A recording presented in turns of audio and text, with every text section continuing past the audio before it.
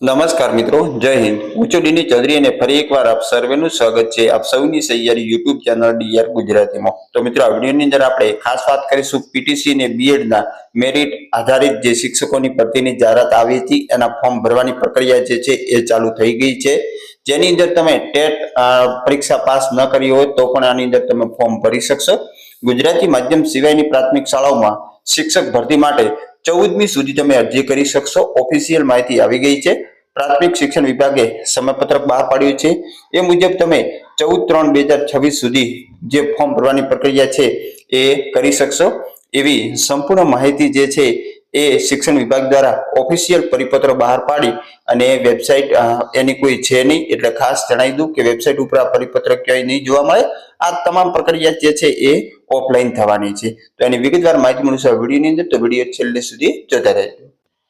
તો મિત્રો, ખાસ વાત કરવામાં આવે તો ગુજરાતી માધ્યમ સિવાય અન્ય માધ્યમની સરકારી પ્રાથમિક શાળાઓની અંદર જે લાંબા સમયથી શિક્ષકોની ઘટ વર્તાતી હતી તેનો ઉકેલ લાવવા માટે જિલ્લા પંચાયત શિક્ષણ શાખા દ્વારા મહત્વપૂર્ણ નિર્ણય લેવાયો છે. ભુજ, અંજાર અને ગાંધીધામમાં જે આવેલી સરકારી અંગ્રેજી અને હિન્દી માધ્યમની જે શાળાઓની અંદર સ્થાનિક કક્ષાથી યોગ્ય લાયકાત ધરાવતા ઉમેદવારોની નિમણૂકની પ્રક્રિયા હાથ ધરાઈ છે. નવા આદેશ અનુસાર 1 થી 5 ની અંદર પીટીસી તેમજ 6 થી 8 ની અંદર સ્નાતકની સાથે તાલીમી લાયકાત ધરાવતા ઉમેદવારોને પ્રાથમિકતા પણ આપવામાં આવશે. જે તે માધ્યમની અંદર તમે અભ્યાસ કરેલો હશે અને સ્થાનિક હશે એવા જ ઉમેદવારોને આની અંદર પ્રથમ પસંદગી મળશે.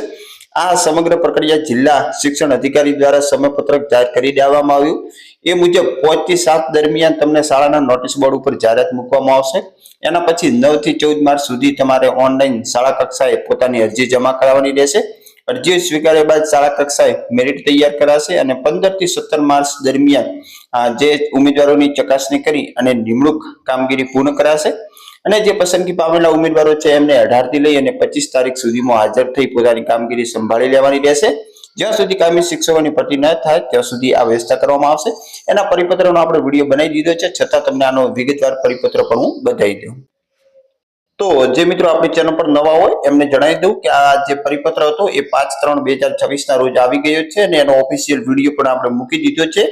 જે ખાસ કચ્છ જિલ્લા માટેની આ સ્પેશિયલ ભરતી છે, જેની અંદર અન્ય માધ્યમની અંદર પીટીસી અને બીએડના મેરિટ આધારિત ભરતી કરવામાં આવશે અને એનો સંપૂર્ણ ટાઈમ ટેબલ પણ તમે અહીંયા જોઈ શકો છો.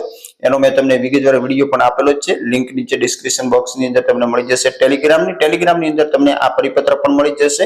જિલ્લા પ્રાથમિક શિક્ષણ અધિકારી કચ્છ ભુજ દ્વારા આ પરિપત્ર જાહેર કરવામાં આવ્યું છે. અહીંયા તમે જોઈ શકો છો સંપૂર્ણ અગત્યની તારીખો આપી છે, જેની અંદર 14 તારીખ સુધી તમારે જે શાળાની અંદર અરજી કરવાની હોય તે શાળા કક્ષાએ જઈ અને સીધી અરજી કરી દેવાની.